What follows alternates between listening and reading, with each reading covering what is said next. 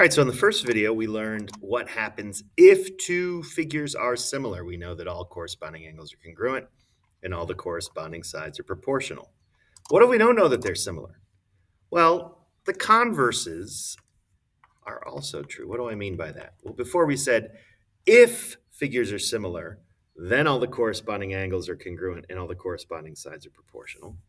So the converse of that would be if all the corresponding angles are congruent and all the corresponding sides are proportional, then two figures are similar. So it works both ways. This is basically a definition of similarity.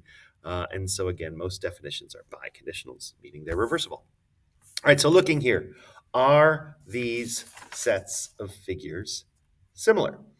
So looking at the first one, I have to check, are all of the angles congruent? Are the angles congruent? Well, I've got two tick marks here and two here. I've got 1 and 1. I've got 3 and 3. So yes, just based on the tick marks, I've got all the angles being congruent. Are all sides proportional? That's the question. Well, looking at this, I'm going to do the same kind of matchup game I did last time. Most of the time when I do this, I kind of look and say, oh, wait, what's the largest side, the medium side, and the smallest side? And then in this triangle, what's the largest and the medium and the smallest? And I realize, oh, large has to go with large, medium with medium, small with small.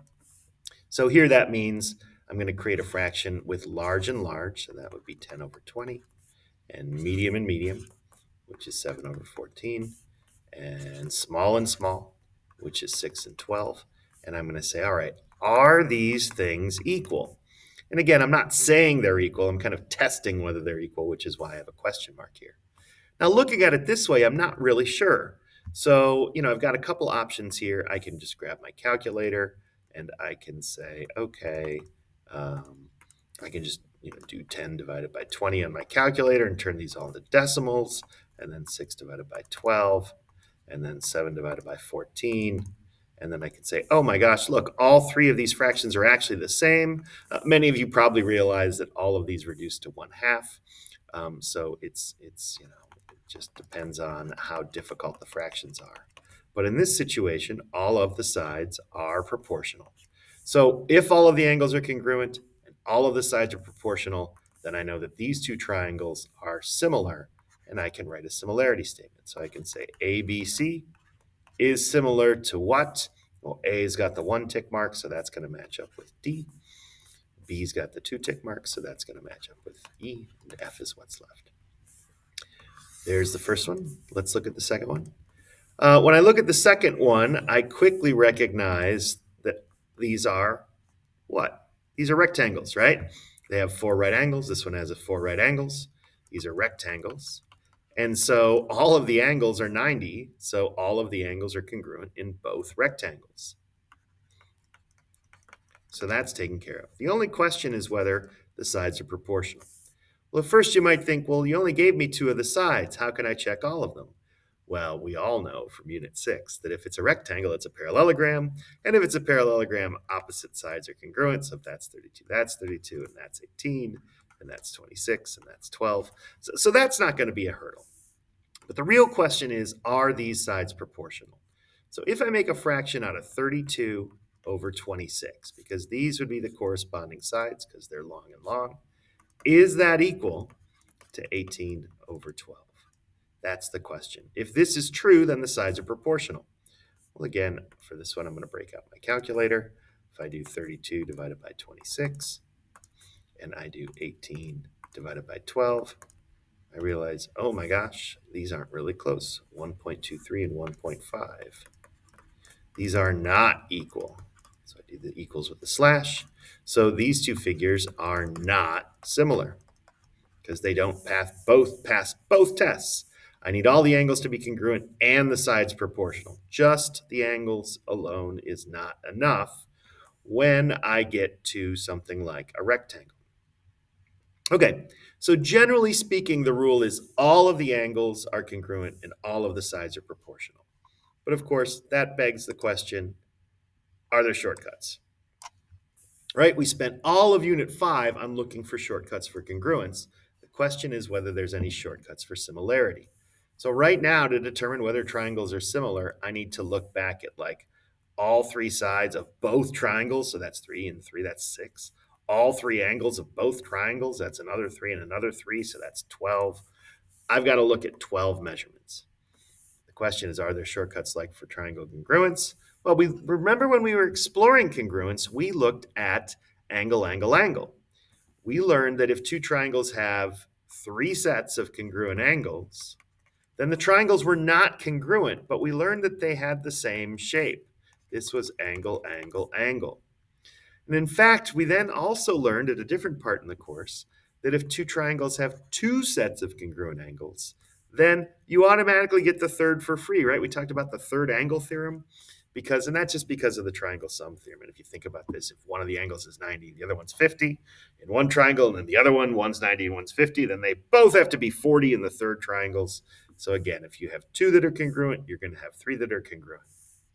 So what we can conclude from this, and this is from our prior work, this isn't new work, we can conclude that if 2 angles of a triangle are congruent, not similar, but congruent to 2 angles of another triangle, then what? Then the triangles are similar.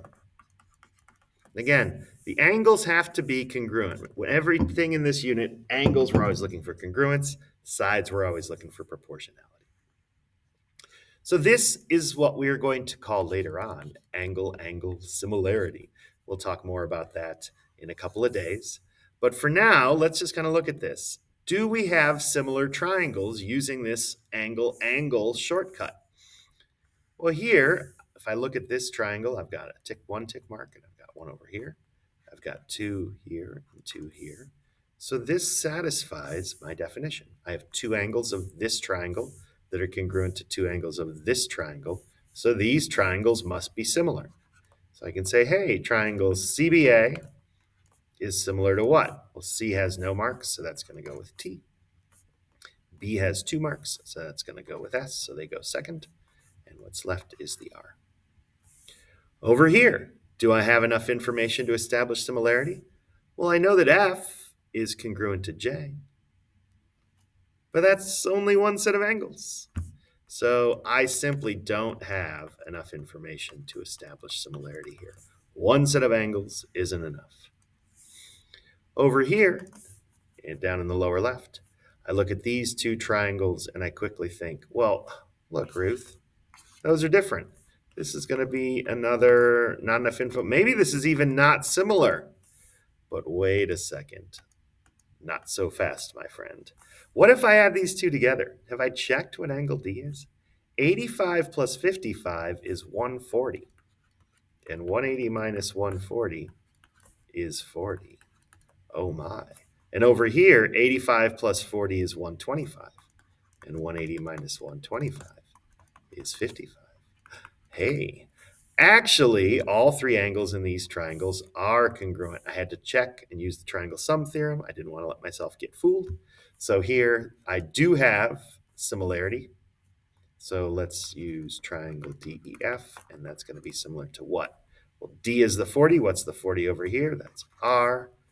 E is the 85. What's the 85 over here? That's S. And T is left. Last one, you might think, well, there's not any angles even marked on this one. Routh, how could you have similar triangles? Well, we'll look at this. Remember all of our stuff from Unit 3. We've got corresponding angles here, guys. If I extended these lines out, you'd see them, right?